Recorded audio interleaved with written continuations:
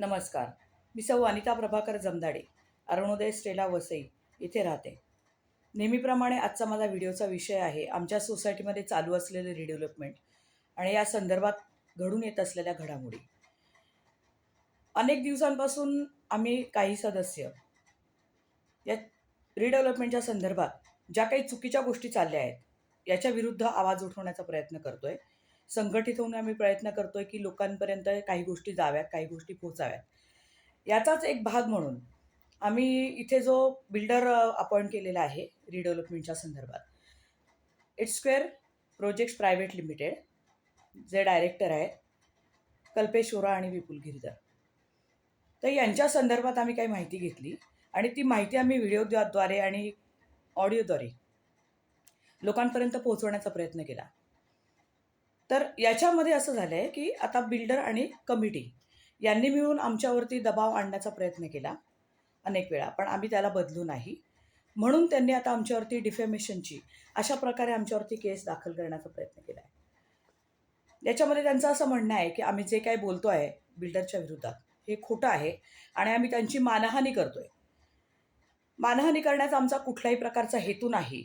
आम्ही जे काही तथ्य आहे, सत्य आहे ते लोकांसमोर आणण्याचा प्रयत्न करत होतो.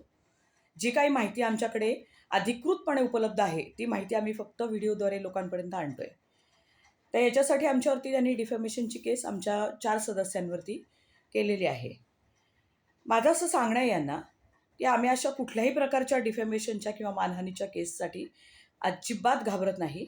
आम्हाला जे करायचं आहे ते आम्ही करत राहणार आणि लोकांना जागं करण्याचा प्रयत्न आमचा हा सदैव चालूच राहणार आहे. आता याच्यामध्ये आणखी एक घडामोड अशी झालेली आहे, आम्ही आत्तापर्यंत जे काही म्हणतोय पहिल्यापासून कमिटीने आणि बिल्डरने मिळून जे काही डिसिजन्स घेतलेले आहेत मनाने जनरल बॉडीच्या आधारे, ठीक आहे, आम्ही काहीच त्याला हरकत घेत नाही. आमचं फक्त म्हणणं एकच आहे की जे काही व्हायला पाहिजे लिगली व्हायला पाहिजे. बँक गॅरंटी, कॉर्पस फंड, फुल CC आणि त्याच्यानंतर PAAA, याच्यानंतर भाड्याचा विषय येतो. ते तुम्ही संपूर्ण तुमच्या डॉक्युमेंटेशन करून घ्या, लोकांपर्यंत सरळ या. PAAA झाल्यानंतर आम्ही आमच्या घराचे ताबे तुमच्याकडे देतो. याच्यासाठी आम्ही कुठल्याही प्रकारची हरकत आत्तापर्यंत घेतलेली नाही. 19 ऑक्टोबर 2025 या दिवशी आमच्या सोसायटीने जे SGM बोलवलेली होती त्या SGMमध्ये देखील आम्ही हे सांगण्याचा आटोकाट प्रयत्न केला की तुम्ही जर PAAA विना जर लोकांना त्यांच्या फ्लॅट्स किंवा त्यांची घरं सोडून जाण्यासाठी दबाव टाकताय, आम्ही एक मान्य करतो, आम्ही निघून जाऊ आमची घरं सोडून, पण विदाऊट PAAA नाही. तुम्ही जो 8 माळ्याचा CC तुमच्या बिल्डरला मिळालेला आहे त्याच्याप्रमाणे 7 आणि 8 माळ्यांवरती जे फ्लॅट्स तुम्ही दाखवताय त्याच्यामध्ये आम्हाला अकोमोडेशन द्या. त्या फ्लॅटचं आम्हाला PAAA आमच्या नावावरती करून द्या. आम्ही आमच्या घरांचे ताबे तुमच्याकडे द्यायला तयार आहोत. पण याला सरळ सरळ धडधडीतपणे सोसायटीचे जे सेक्रेटरी आहेत गोपाळ जोशी यांनी नकार दिलेला आहे. त्याच्यानंतर हा आमचा लढा अजूनपर्यंत चालू आहे. कुठल्याही प्रकारे ते कुठल्याच गोष्टीला आमच्या उत्तर देत नाहीत. आम्ही सगळ्या प्रकारे करून झालं. आम्ही जे काय ते नोटिसेस पाठवत आहेत ती नोटीससुद्धा ते व्हॉट्सअपवरती पाठवत आहेत. कुठल्याही प्रकारे अधिकृत नोटीस, तुम्ही जर चुकीची कामं करत नाही तर तुम्ही कुठल्या गोष्टीला घाबरताय? तुम्ही सोसायटीच्या लेटर हेडवरती तुम्ही द्यायला काही हरकत नव्हती. कुठल्याही प्रकारची नोटीस पाठवायला त्या हरकत नव्हती. जी काही माहिती तुम्हाला द्यायची लिगली तुम्ही द्या. पण हे न करता डायरेक्टली ही व्यक्ती व्हॉट्सअपवरती लोकांना कॉन्टॅक्ट करते, व्हॉट्सअपवरती सगळे मेसेजेस पाठवते आणि चेक्स घ्या म्हणून आता सांगितलेलं आहे. त्याच्याप्रमाणे लोक चेक्स घेऊन जात आहेत. माझं सगळ्या सभासदांना एकच सांगणं आहे, कळकळीची विनंती आहे, आम्ही म्हणतोय म्हणून नाही. तुमची स्वतःची घरं जर तुम्हाला वाचवायची असतील तर तुम्हीच प्रयत्न केला पाहिजे. तुम्हाला भूक लागली तर तुम्हीच जेवण केलं पाहिजे. तुम्हाला तहान लागली तर तुम्हीच पाणी प्यायला पाहिजे.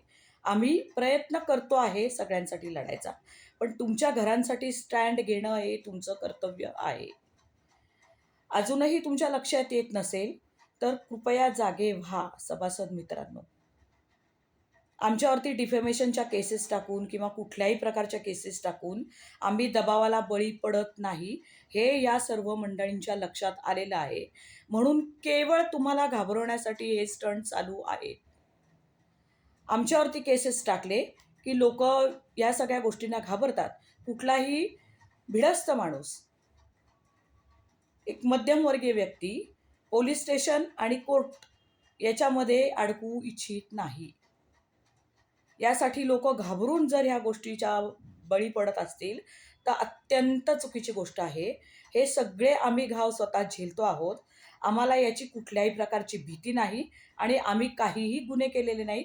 जे काय आम्ही करतोय ते धडधडीत सत्य आहे. जे काय आहे ते आम्ही कायद्याच्या बाजूनी करतो आहे. गव्हर्नमेंटचं जर रिझोल्यूशन तुम्हाला सांगत आहे, विदाऊट फी ट्रिपल तुम्ही निघायचं नाही, तर कोणतीही व्यक्ती बेकायदेशीररित्या आपल्याला आपली घरं सोडण्यास भाग पाडू शकत नाही. हे आपण सर्वांनी लक्षात घ्यायला हवं. जर तुम्हाला कुठल्याही प्रकारे तुमचा कमिटीचा सदस्य किंवा सेक्रेटरी किंवा बिल्डर कुठल्याही प्रकारची भीती दाखवून किंवा धमकावून जर तुम्हाला तुमची घरं रिकामी करायला सांगत असेल, तर कृपया पुढचा विचार करा आणि या गोष्टींपासून दूर राहण्याचा प्रयत्न करा. एवढंच आमचं आपल्याला कळकळीचं सांगणं आहे. धन्यवाद.